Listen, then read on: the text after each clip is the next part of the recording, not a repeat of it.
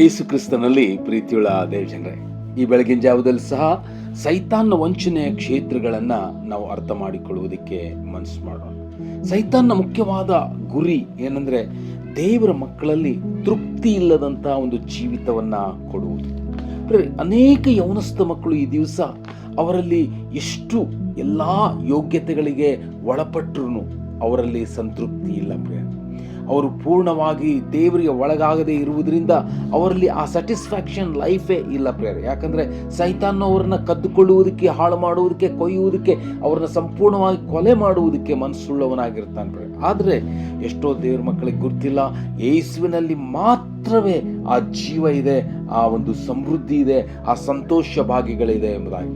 ಯೇಸುವನ್ನ ಹೊಂದಿಕೊಳ್ಳದೆ ಈ ಲೋಕವನ್ನ ಬೆನ್ನು ಹತ್ತಿಕೊಂಡು, ಪಾಪವನ್ನ ಬೆನ್ನು ಹತ್ತಿಕೊಂಡು, ಸೈತಾನ್ನ ಸಂಪೂರ್ಣವಾದ ತಂತ್ರಕ್ಕೆ ಒಳಗಾದಂಥ ಯೌವನಸ್ಥ ಮಕ್ಕಳನ್ನು ನಾವು ನೋಡ್ಕೊಳ್ತೇವೆ. ಈ ಕಾರಣ ಸೈತಾನನ ಆಳುವಿಕೆ ಅವರನ್ನ ಪೂರ್ಣವಾಗಿ ಆಕ್ರಮಣ ಮಾಡಿರುವುದನ್ನು ನಾವು ನೋಡ್ಕೊಳ್ತೇವೆ.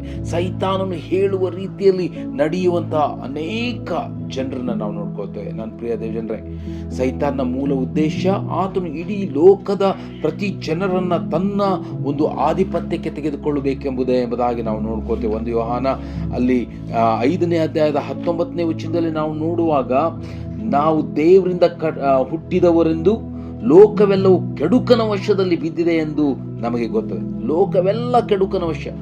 ಆದರೆ ಯೌವನಸ್ಥ ಕ್ರೈಸ್ತ ದೇವರ ಮಕ್ಕಳು, ವಾಕ್ಯವನ್ನು ಹಿಡಿದುಕೊಂಡಂತ ಜನರು ಈ ದಿವಸ ದೇವರಿಂದ ದೂರವಿರುವುದನ್ನು ನಾವು ನೋಡ್ಕೋತೇವೆ. ಕಾರಣ ಏನು? ಅವರಲ್ಲಿ ಲೋಕದಲ್ಲಿ ಇರುವ ಮಲಿನತ್ವಕ್ಕೆ ಹೆಚ್ಚಾದ ಬೆಲೆ. ನನ್ನ ಪ್ರಿಯ, ಸೈತಾನನ ಆಡಳಿತಕ್ಕೆ ಒಳಪಟ್ಟಿರುವಂತಹ ಜನರು, ಇಹಲೋಕಾಧಿಪತಿ ಎಂಬುದಾಗಿ ಸೈತಾನಿಗೆ ಬರೆಯಲ್ಪಟ್ಟಿರುವುದನ್ನು ನಾವು ನೋಡ್ಕೋತೇವೆ. ಅದಕ್ಕಾಗಿ ನನ್ನ ಪ್ರಿಯ ದೇವರ ಮಕ್ಕಳೇ, ಯಾರು ಸೈತಾನಿಗೆ ಅವಕಾಶ ಕೊಡ್ತಾರೋ ಅವರ ಜೀವಿತದಲ್ಲಿ ಯಾವುದೇ ತೃಪ್ತಿಯ ಜೀವಿತ ಇರುವುದಿಲ್ಲ, ಸಂತೋಷದ ಜೀವಿತ ಇರುವುದಿಲ್ಲ ಪ್ರಿಯರೇ.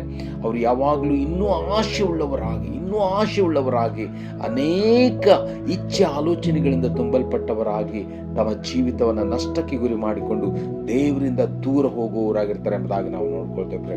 ಆದರೆ ನಾವು ದೇವರಿಗೆ ಒಳಗಾದಾಗ ಸೈತಾನ ಪ್ರತಿ ತಂತ್ರಗಳನ್ನು ಮುರಿದು ನಿಲ್ಲುವುದಕ್ಕೆ ಸಾಧ್ಯ ಎಂಬುದಾಗಿ 1 ಯೋಹಾನ 3ನೇ ಅಧ್ಯಾಯದ 8ನೇ ವಚನದಲ್ಲಿ ನಾವು ನೋಡ್ಕೊತೇವೆ.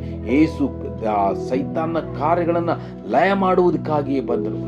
ದೇವರ ಮಕ್ಕಳು ಸಹ ಆತನ ಕಾರ್ಯಗಳನ್ನು ಲಯ ಮಾಡಿ ಜೀವಿಸುವುದಕ್ಕೆ ನಮ್ಮ ಕಡೆಯಿಂದ ಸಾಧ್ಯವಾಗಿರ್ತದೆ. ಈ ಕಾರಣ ನಾವು ದೇವರಿಗೆ ಒಳಗಾಗಿರೋಣ. ಸೈತಾನ ಕಾರ್ಯಗಳನ್ನು ಜಯಿಸಿ ನಿಲ್ಲುವುದಕ್ಕೆ ನಾವು ಸಂಪೂರ್ಣವಾಗಿ ಆತನ ರಾಜ್ಯವನ್ನ ಬಂಧಿಸಿ, ಅಂದ್ರೆ ಅದನ್ನ ಪೂರ್ಣವಾಗಿ ಬಂಧಿಸಿ ನಿಲ್ಲುವಂತಹ ದೇವರ ಮಕ್ಕಳು ನಾವಾಗುವುದಕ್ಕೆ ನಮ್ಮನ್ನು ಒಪ್ಪಿಸಿಕೊಳ್ಳೋಣ. ಆ ರೀತಿಯಲ್ಲಿ ಆಗುವಂತ ಕರ್ತನೆ ನಿಮ್ಮನ್ನು ಆಶೀರ್ವದಿಸಲಿ. Thank you.